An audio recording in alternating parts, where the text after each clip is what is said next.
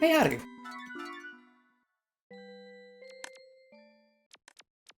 I'm back. I've been bouncing back and forth between work stuff, scheduled appointments, and work, play, and appointments, basically all day. And I've got some time before I have to go to a doctor's appointment, so I'm gonna take advantage of that time. So what I want to do today is I want to do the daily, the weekly, and then I also want to do the vending machine. I'll start with the vending machine because it is really easy to spot where it is. It's very obviously in spherical space. Blah, blah, blah. In spherical space labyrinth. Oh, but that is interesting. So that's the badge for being able to visit the crossing event. That's an event that I kind of want to do again at some point because it is genuinely one of the more disturbing events in this game, and it's so easy to miss entirely. It's like, it is extremely dot flow, like aggressively so.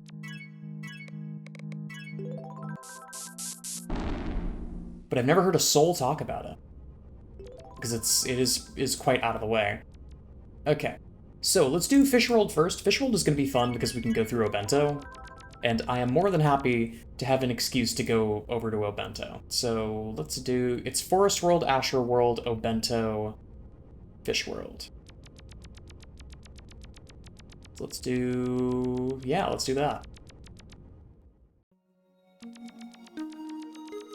So, the main thing that's different for me is I just finished Twin Peaks with some friends. We have now watched all the way up through Season 2. And I gotta say, that was exactly as good as I was hoping it would be. It was not perfect. Like, I will make that very clear, it was not a perfect show. There was a lot of, oh, there are new worlds in here. Wait a second. Sonic Corridors and Candlestick World. I have not seen either of those. It was not perfect. There was a lot of, like, as much as I want to say 90s isms, to give some context of why the show operated the way that it did, it was written by David Lynch and Mark Frost. Or it was directed, rather. I believe primarily it was written by both, like, written a little more directly by Mark Frost, directed a little more directly by David Lynch. So they wrote the whole first season together. And, like, no interruptions, start to finish. It was very heavily, it's a, how do I even describe the genre of Twin Peaks? It's like a combination of a murder mystery and a soap opera. And those are very similar, but it's meant to be like a spoof on, I imagine, like stuff that David Lynch watched a lot when he was younger, of stuff like Who Shot JR or like General Hospital kind of soap operas, and the trope characters that show up in there. For other sources, also check out the SFM Animation soap demo. That is very similar. That is fairly similar jokes, for what it's worth. But the primary Hi, foe. I didn't know you could even get up there. That was very eminent. That was very ominous. And then it feels weird to even say my beloved. I don't know what to call this place. My acquainted Obento world.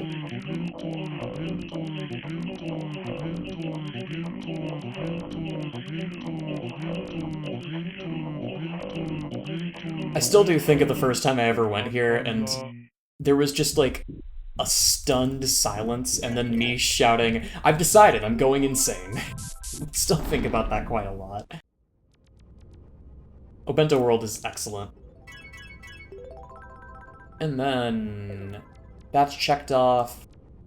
Let's do the weekly next. Let's do Axolotl Abode. There was technically a shortcut, but it required me to go through, like, it was called Rainbow Snow Plateau? I think that's the name of it. But I don't have that connection unlocked, I don't think, so we're gonna have to go the long way. But yeah, Twin Peaks, it is a combination murder mystery and also soap opera, and it has a bunch of characters that are just ripped almost directly from soap opera tropes. So you have the abusive boyfriend, and the, like, wife of, or the girlfriend of the abusive boyfriend who eventually overpowers him and decides a life for herself. You have the, like, how do you even describe this type of character? The hard case?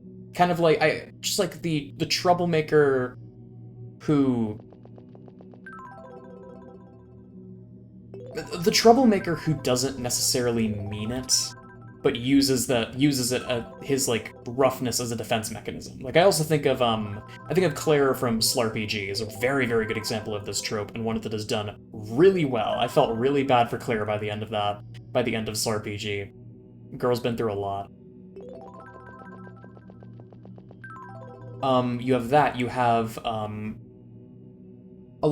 couple of, like, buddy cop tropes. You have, like, the main character, and then, like, the competent, like, townie cop, and you also have the, like, clueless but also lovable townie cop.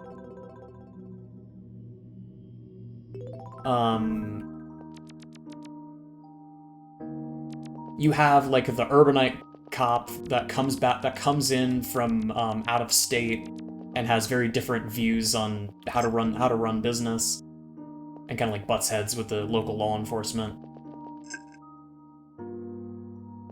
But after a certain point, it kind of just goes, you know, we have other things to do. Like, there reaches a point where they stop using those sorts of tropes, in a sense, and start weaving a more organic and interesting story. But they do still fall back on those tropes quite a bit, especially in Season 2, which is the main thing I want to address. So Season 2 is kind of a hard case. There's all in part. Season 2 is kind of a strange case. What ended up happening was that it was an ABC show, and fun fact, at the time, ABC was actually helmed by Bob Iger, who would eventually go on to become the CEO of Disney. And Bob Iger was actually the one who stuck up for Twin Peaks to air in the first place, so, like, good on him. But at the same time, he's not blameless. These areas are fun. I think Bracken Plains is the next spot. Oh, that badge is adorable.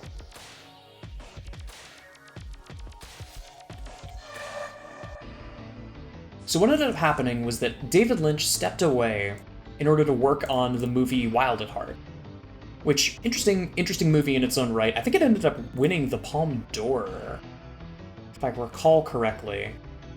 I might be thinking of a different Lynch. But that garnered a lot of consternation for people, because it's like there are some people that really like David Lynch. There are some people that really don't like David Lynch for a lot of his, like, style. Because a lot of his style does come off as very, like, obliquely artsy. When people make jokes about like artsy movies at, like, film festivals, they're usually making jokes about either David Lynch or, like, slow French cinema. It's one of the two. Ah, well, could you tell that was a teleport? I'm gonna put a bat here just in case I get lost, because I don't see it. Okay, never mind, no bat then. Should be right up here. But David Lynch left to go work on Wild at Heart, and then while he was away, ABC tried to clamp down for the show to end after only 2 seasons, effectively. What they wanted was I just realized I brushed off the most important fact of this show, which is Laura Palmer.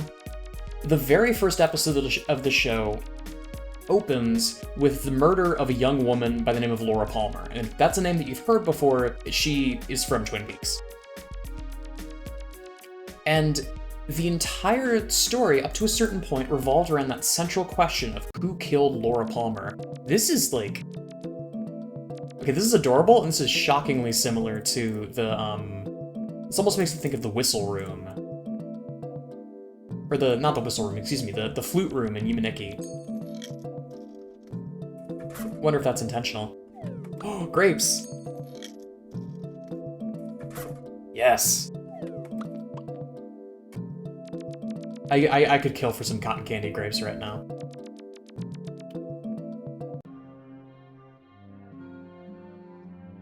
So, for a long time, there was that question of who killed Laura Palmer, and there was all this, like...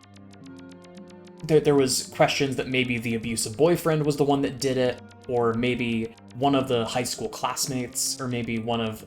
There were, like, a couple of convicts in town that maybe one of them did it, and there was a lot of back and forth. Very intentionally so, especially because this is a soap opera. Who Shot JR is kind of famous for that, and if you've never heard of Who Shot JR, it was like famous soap opera that had like a murder mystery sequence where one of the characters gets shot, and you have to figure out. It is like up to the viewer to like call in at home. Who shot JR? And that eventually gave way to The Simpsons doing Who Shot Mr. Burns, which is a direct reference to it. Who Shot Mr. Burns, admittedly, was a lot sillier, and also kind of ended with a subversion? Because, I mean, if you've seen Who Shot Mr. Burns, you know what I'm talking about, but if you haven't seen it, the baby did it. Oops. The baby did it, and that's the whole bit, is... Even down to the writers working on the show at the time, they intentionally made 2 different sets of the final episode. One of them, the culprit was Mr. Burns' assistant, Waylon Smithers. And the other one was, the other culprit was Maggie Simpson. And the way that they did it was actually quite clever. But, the way that they constructed it was Mr. Burns fell onto a sundial, and his hands were pointing at 2 different directions in the sundial, W and S. Now, depending on how you interpret it, that can mean one of 2 things. It could mean that he's pointing at WS for Waylon Smithers, but what he was actually doing was pointing at MS for Maggie Simpson. So that's a good bit. I really like how that turned out. Hello! I think I've already got this menu theme. Because I swear I've been to Axolotl Abode before. Probably would have got it while I was here. But yeah. Continuing my, like, Socratic situation of bouncing to 5 different topics in an ADHD manner.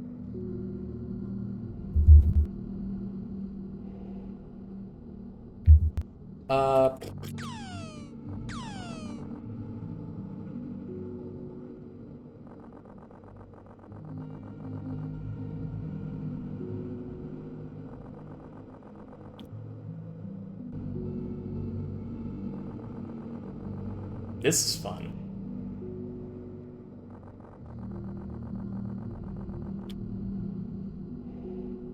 So what ended up happening was that ABC clamped down on who was only Mark Frost at the time, because David Lynch had stepped away, to just reveal who the killer was. And so he did. But then the trouble is that there was the entire rest of Season 2, and that they didn't really know what to do, because they revealed the killer in Episode 7, I want to say. Episode 7 of 22.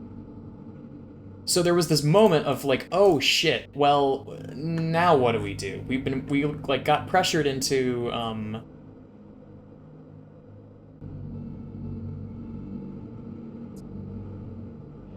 Oh, I see. Large snowman, and then further in. Guy with closed eyes, and then you lead to where I need to go. This is adorable.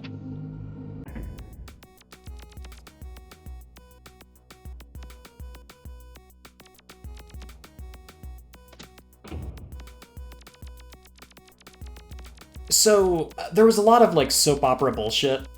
A lot of, like, weird, like, side missions and, like, heavily, as tropey as they could possibly get. And, like, rehashing a lot of the old...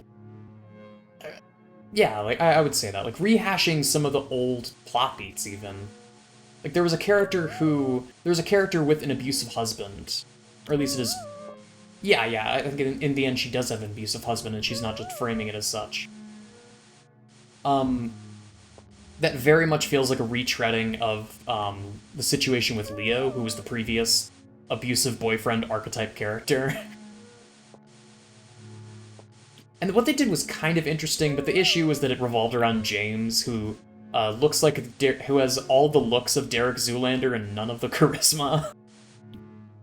Like, look up a picture of James from Twin Peaks. He looks shockingly similar to Ben Stiller in Zoolander. The trouble is he has the charisma of a wooden board. So most of that arc is just him complaining about either complaining about a situation or complaining about the fact that Donna broke up with him.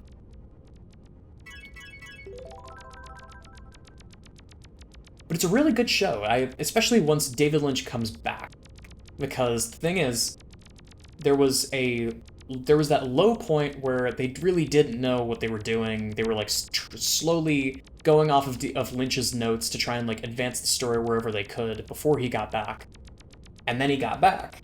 And then the last, like, 5 or 6 episodes, you can absolutely tell he's back because it gets way more surreal and creepy and, like, dreamlike, and that's how you know that he's back. And those last few episodes are amazing. Though, a really funny side effect of me experiencing the media that I've experienced... Where the hell is... Oh, there you are. Dark Forest is all the way up there, so right up to Galaxy Town, and then across. So, there's the entire last episode, and I won't go into too many specifics, but I think I am going to make it the gag for the thumbnail. So do with that what you will, I guess. I was sitting there that entire time going, this is RPG Maker. Because it's a lot of, like, the main character walking around in, like, big, like, rooms surrounded by curtains, and, like, walking into a room, and there's, like, a woman screams at him, and he, like, runs out of the room. And he walks into a room, but he's actually not the right room. And it's actually empty. I was walking through that entire scene thinking, this is RPG Maker. This is absolutely an RPG Maker.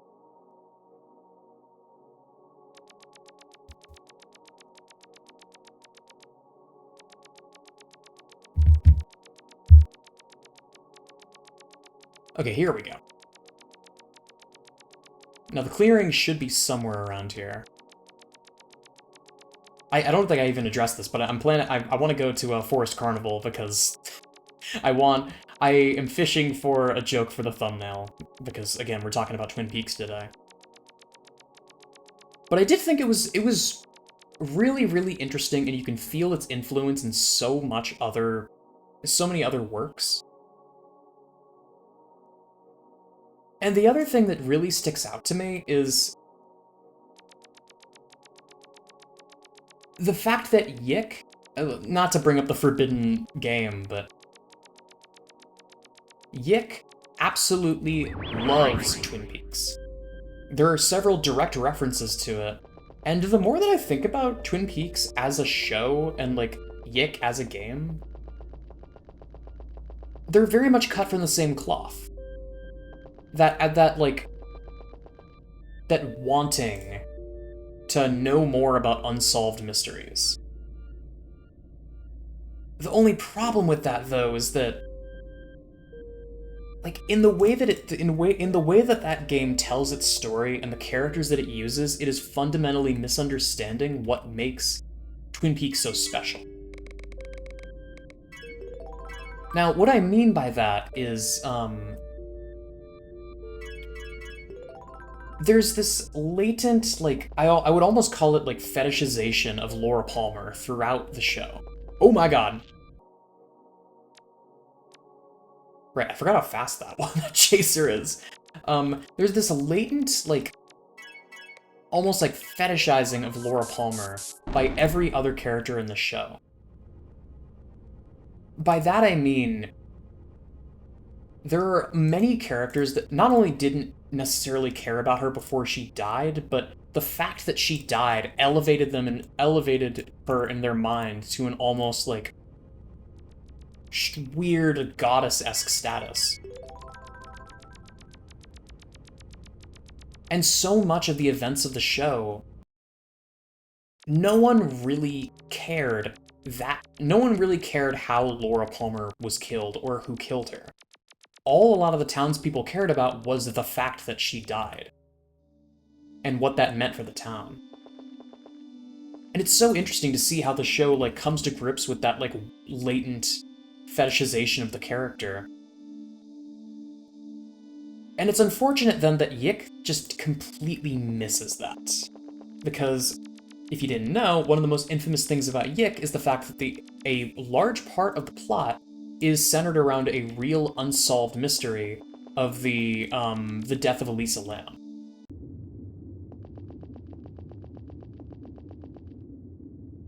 Now, riddle me this. The entire point of Twin Peaks, like, one of the main messages that it tries to get across is the idea that unsolved mysteries and true crime in general are not something that should be ogled at. And more than that, in doing so, by ogling these families and these unsolved cases, you're only serving to harm the people that have been affected by these things in the past. And yet Yik chooses to do exactly that. Like, it fundamentally misunderstands what makes Twin Peaks so special. And that's very interesting to me.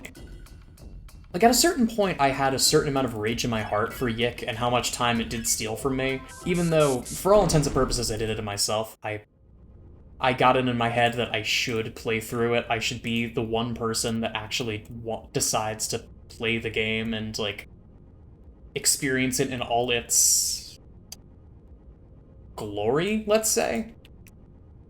Where the hell? I've never seen this place in my life. Hang on.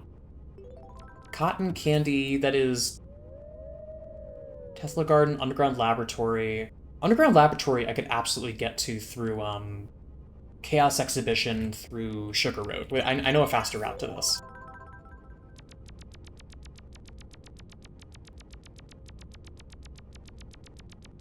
But it's such a fascinating work. I do love it very much. And I'm happy I got to see it. And there's a couple more aspects to it that I'm missing. I still have not seen the movie Twin Peaks Fire Walk with Me, and I also have not seen the revival show, Twin Peaks The Return, which was filmed 25 years later. And this is not the kind of revival like so many others. Like, the most recent example I could think of is the Malcolm in the Middle show, which, to my understanding, very much did not deserve a reboot. Not to say that the old show is bad, but the new show sure as hell is. Futurama also comes to mind. Where it's like,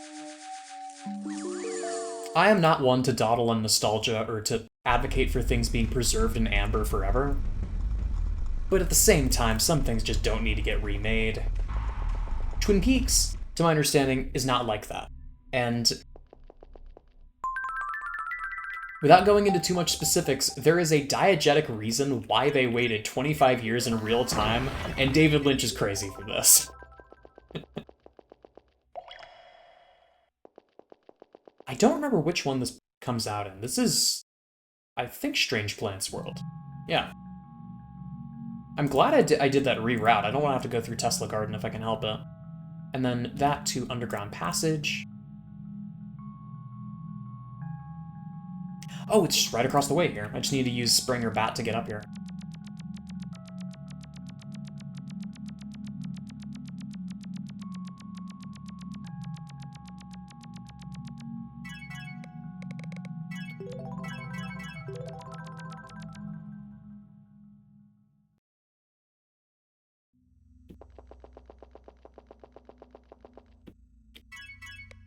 And then this is, I guess, Fairy? Yeah.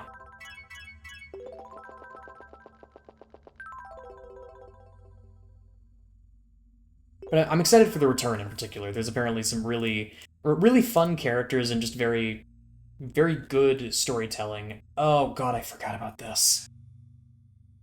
Okay.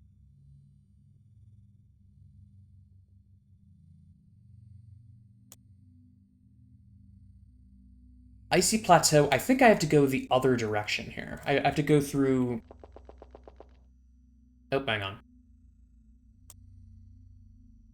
Yeah, I have to go up here. I have to use Fairy here to, fly above the water. I remember this. There's an isolated section of, Icy Plateau over yonder that I can get to by flipping the switch, but I don't actually want to do that, because I need to get to Candy Cane Fields. But I should just be able to fly over. And 1 second... Yeah. Because the rest of the area is up that way, including that like cracked wall, that cracked floor that leads to extraterrestrial cliffside.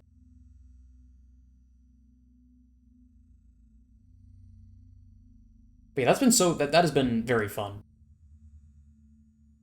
Super excited for watching more of it, and also just watching more Lynch in general. I gotta get better at that. Because so far I've seen, I think, just Twin Peaks and Fire Walk with Me, and that's it.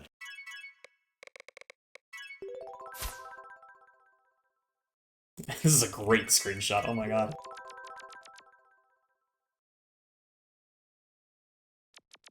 I've seen Mulholland Drive and I've seen Twin Peaks, and I think that's it. There might be a Lynch movie that I'm missing. Wow, this music is loud. I believe Sugary Depths is my next. No, there you are. Candy Cane Fields.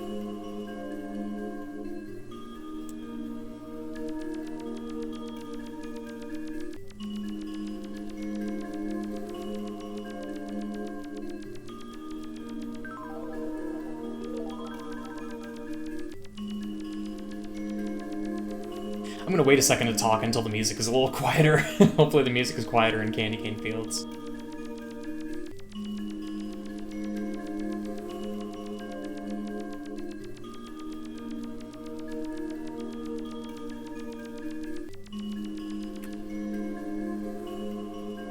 Ah, wrong spot, hang on.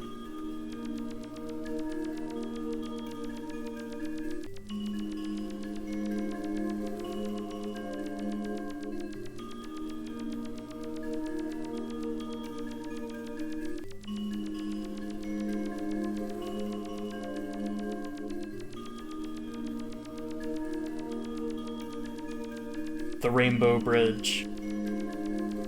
I do really like the look of this parallax.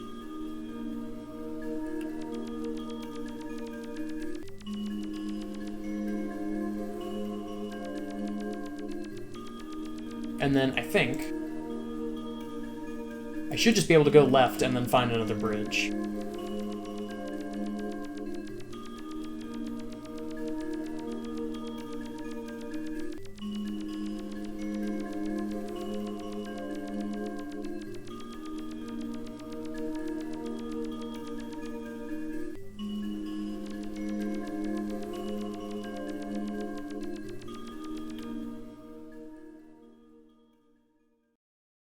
Hell yeah, Candy Cane Fields. Oh, and there's more! Cool, Haunted Forest Town.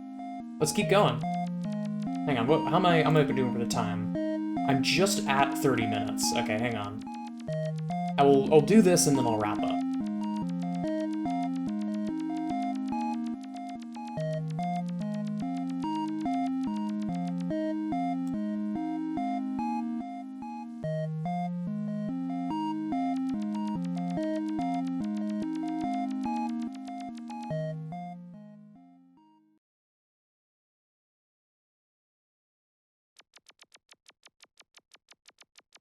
Oh, this is fun.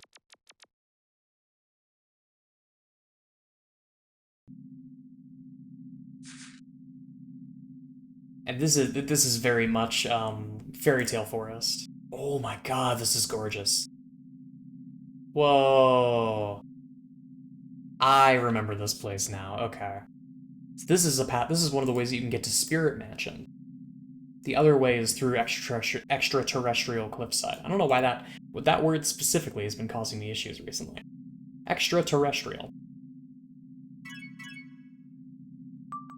I tend to slur my words together after I've been talking for a while, which is unfortunate. Because I talk a lot, quite a lot. But yeah, that's all I got for now, I think. Thanks so much for watching, y'all.